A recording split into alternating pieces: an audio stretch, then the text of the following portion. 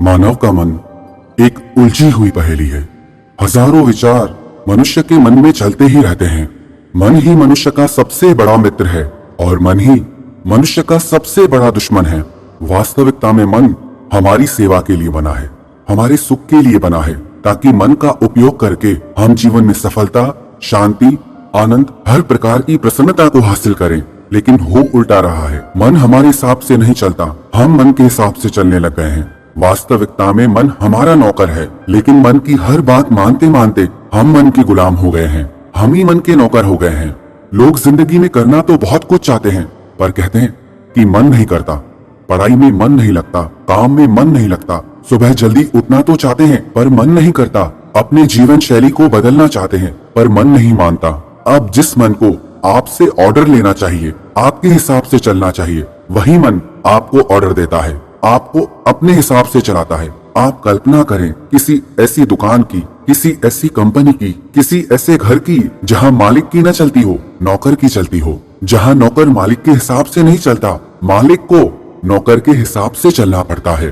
तो क्या वो दुकान, वो कंपनी, वो घर कभी अच्छे से चल पाएंगे? कभी वो सफल हो पाएंगे? कभी नहीं। आजकल लाखों करोड़ों लोगों की यही समस्या है। जीवन में सब कुछ है, पर मन की शांति नहीं। मन बहुत अशांत है। आजकल हमारे पास हर प्रकार की साधन सामग्री है, पर रात को नींद नहीं आती।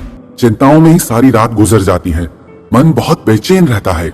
इस मन ने आपको पूरी तरह से कंट्रोल में कर लिया है, और जब तक ये मन आपके कंट्रोल में नहीं आएगा, ना आपके मन में शांति आ सकती है और ना ही आपके जीवन में शांति आ सकती है।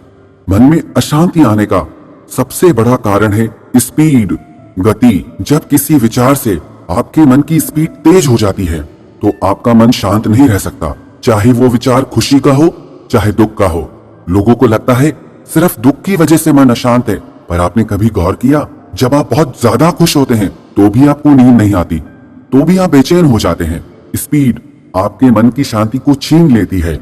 मन और विचारों की दौड़ ही मन की अशांति है। मन और विचारों का ठहराव ही मन की शांति है। इसीलिए तो ज्ञानी जन कहते हैं, अगर आप शांति चाहते हो तो पहले खुद शांति करो। पहले खुद शांत हो जाओ, तो शांति अपने आप पीछे आएगी। जब किसी बात को लेकर के आपके विचारों में एकदम तेज गति आ जाती है, तो उससे आपके माइंड में स्ट्रेस पैदा होता है, तनाव पैदा होता है। और जब आपके माइंड में स्ट्रेस पैदा होता है, तनाव पैदा होता है, तो उससे आपके मन में एंजाइटी आती है, चिंता और बेचैनी आते हैं।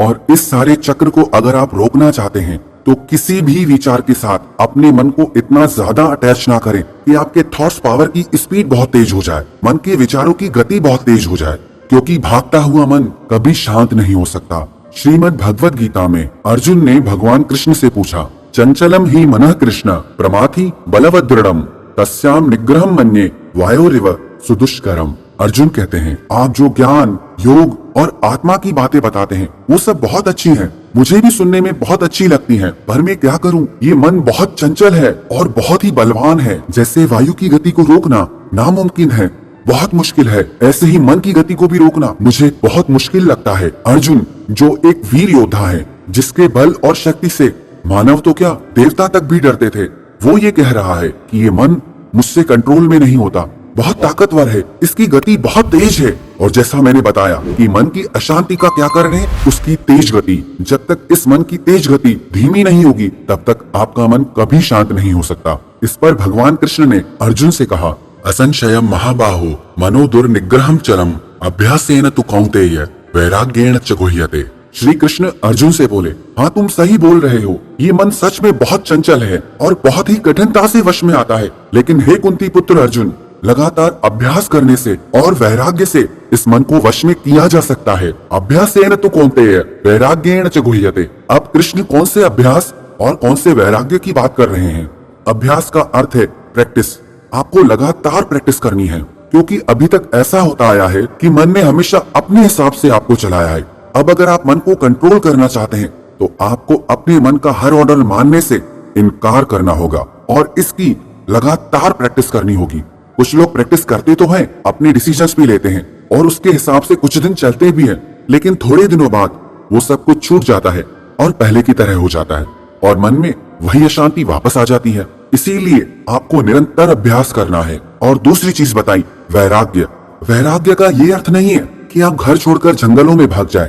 वैराग्य का अर्थ है डिटैचमेंट। जो भी विचार आपके मन की अशांति का कारण बन रहा है, आपको उससे खुद को डिटैच करना है। जब आप किसी वस्तु से, किसी व्यक्ति से, किसी स्थान से बहुत ज्यादा अटैच्ड हो जाते हैं तो आपके मन की स्पीड बहुत तेज हो जाती है, क्योंकि आपका जिसमें जितना ज्यादा अटैचमेंट होगा, आप सबसे ज्यादा उसी के ही बारे में सोचेंगे और लगातार सोचेंगे, और इसी वजह से आपका मन अशांत हो जाता है। आपके मन की सारी शांति खत्म हो जाती है। तो अटैचमेंट नाम है राग का और डिटैचमेंट नाम है वैराग्य का।